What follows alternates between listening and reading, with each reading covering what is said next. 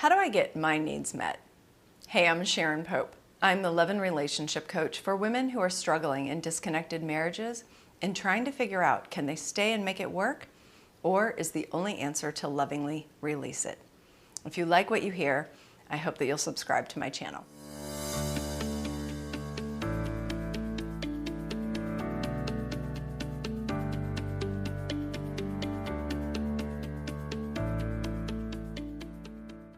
So how do I get my needs met?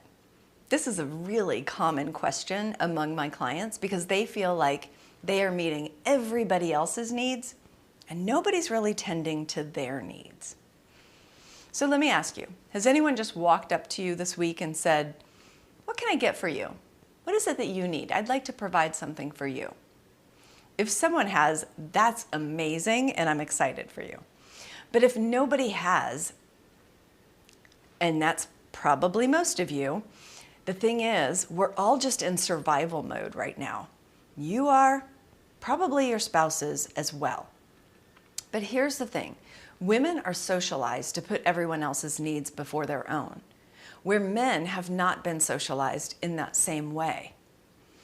It doesn't make them selfish, it doesn't make them insensitive, they just haven't had the same lessons and teachings brought to them the way that we did when we were young. So here's the thing, you have needs, and it's really important that you share what those needs are. Because if you pretend to be the woman with no needs, first of all, it's a lie. But second of all, you're not letting people know you and know who you are. So there's two things. One is women have been socialized differently than men, and so we often put our needs on the back burner and put everybody else's forward of ours. But the second thing that's going on is that because we've subjugated our needs for so long, most of us don't even actually know what it is that we need moment to moment, day to day. And so therefore we never ask for what we need because we're not able to articulate it.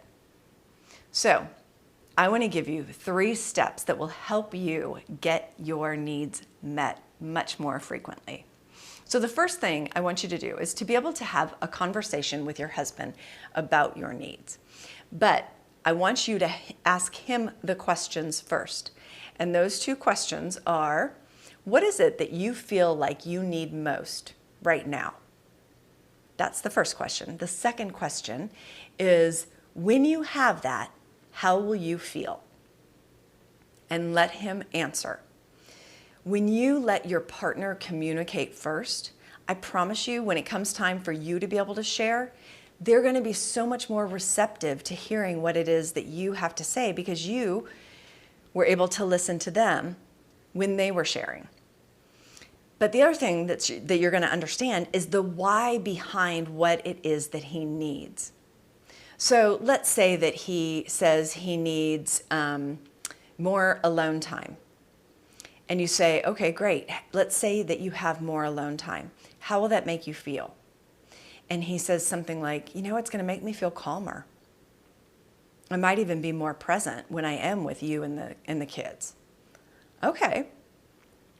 So now I understand why he needs alone time. It's because he's feeling not calm, kind of frantic, needing some alone time to just undo from the day before he then jumps into his family, his wife, and those responsibilities.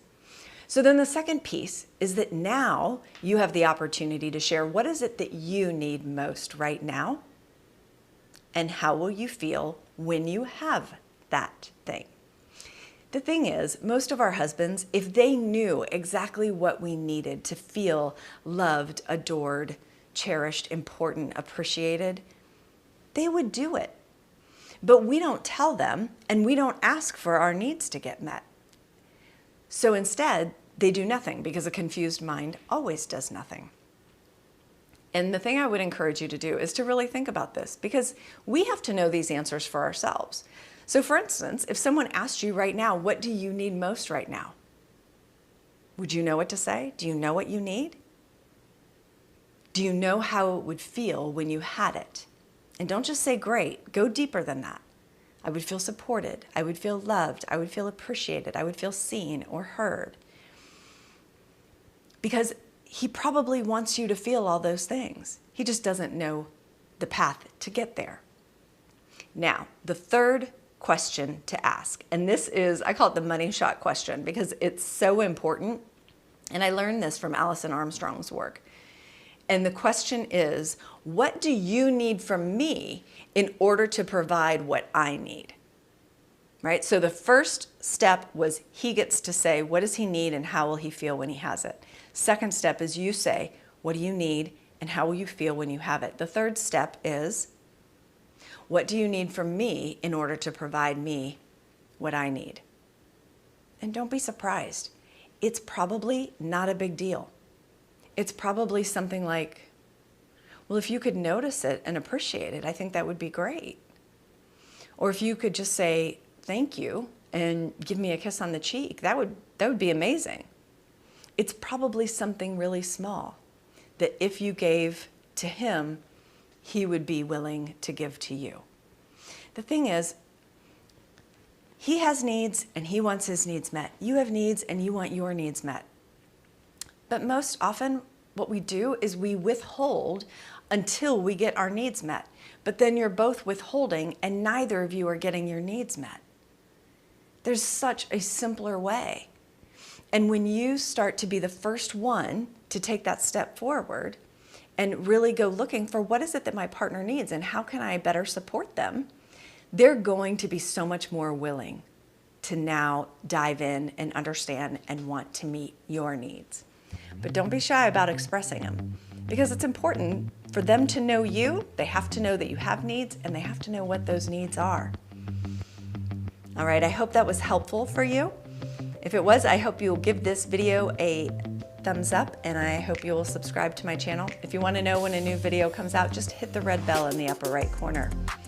And if you want to see if taking coaching with me further for yourself is a good fit, there's always a link in the comments to take that step forward. Take good care.